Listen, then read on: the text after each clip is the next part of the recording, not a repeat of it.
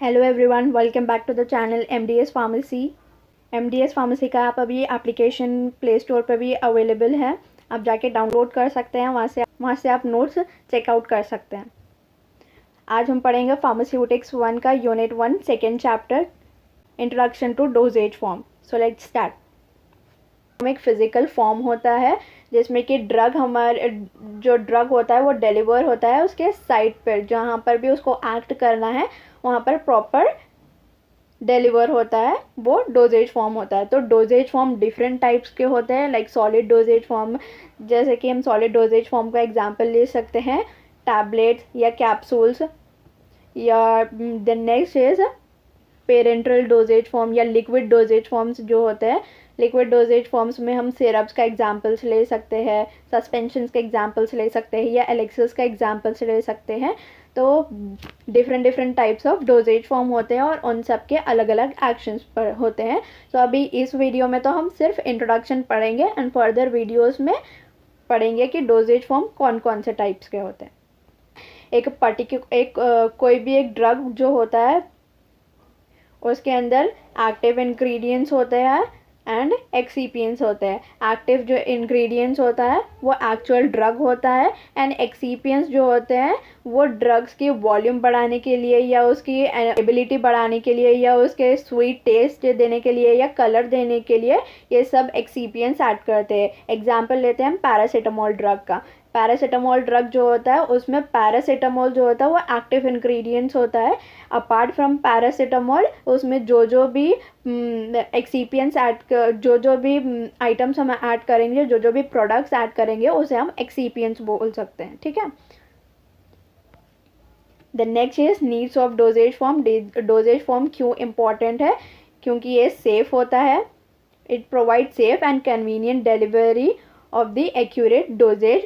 The next is protection of drug from the atmosphere. Drug को protect करता है atmospheric oxygen और moisture से, एंड प्रोटेक्ट करता है ड्रग को गैस्ट्रिक एसिड के अंडर आफ्टर ओरल एडमिनिस्ट्रेशन। जब भी हम ओरल एडमिनिस्टर करते हैं टैबलेट्स या कैप्सूल्स या सिरप्स को, वो प्रोटेक्ट करता है गैस्ट्रिक एसिड के under. The next is mask करता है बिटर टेस्ट को। ड्रग का जो बिटर टेस्ट होता है वो भी मास्क करता है, and rate control drug action भी प्रोवाइड करता है। Okay, the next is dosage form are the carrier और the medium through which drug molecule are delivered to the site within the body. Okay, the next, जैसा कि हमने already देख लिया, dosage form 2 types में divide होते हैं। एक तो एक्टिव फार्मास्यूटिकल इंग्रेडिएंट जो मेन ड्रग होता है हमारा, और नेक्स्ट इज एक्सीपियंट्स और एडिटिव्स भी बोलते हैं हम उसको। एडिटिव्स और excipients apart from active ingredients जो भी होता है उसे हम एक्सीपियंट्स बोलते हैं। Okay, the next is excipients. Excipients dosage form is a combination of drug and non drug components called as excipients. Okay, जैसे कि हमने अभी देखा एक्सीपियंट्स आर यूज्ड। एक्सीपियंट्स हम इसलिए भी यूज़ करते हैं क्योंकि प्रोडक्ट की स्टेबिलिटी को बढ़ाने के लिए और पैटर्न और मोर एलिगेंट प्रिपरेशन बनाने के लिए।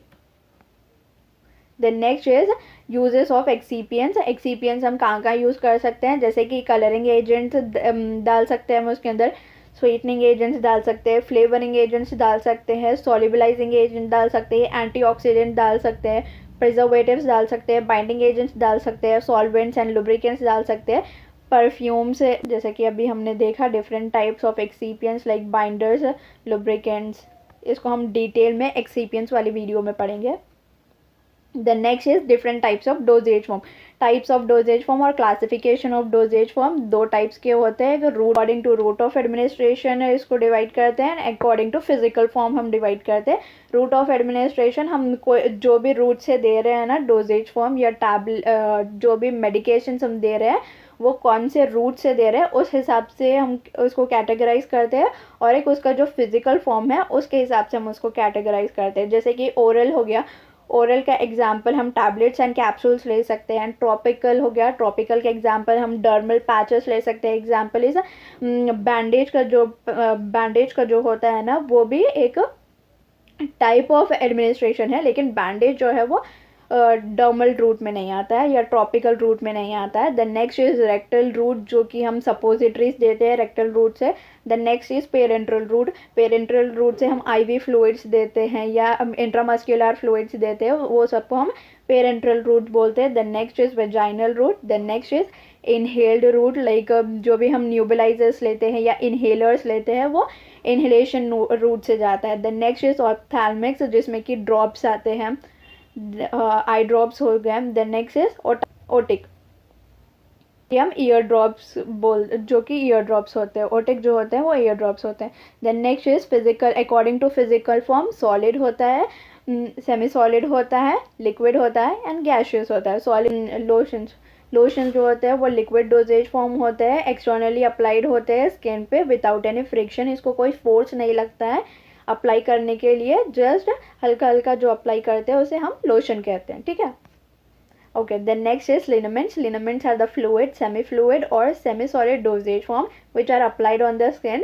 इसके अंदर ये alcoholic होता है, oily solutions होते हैं और emulsions होते हैं which are either managed on the skin to produce the counter irritation or stimulant action, are applied on the warm dressing or with a brush to produce analgesic and smoothing effect.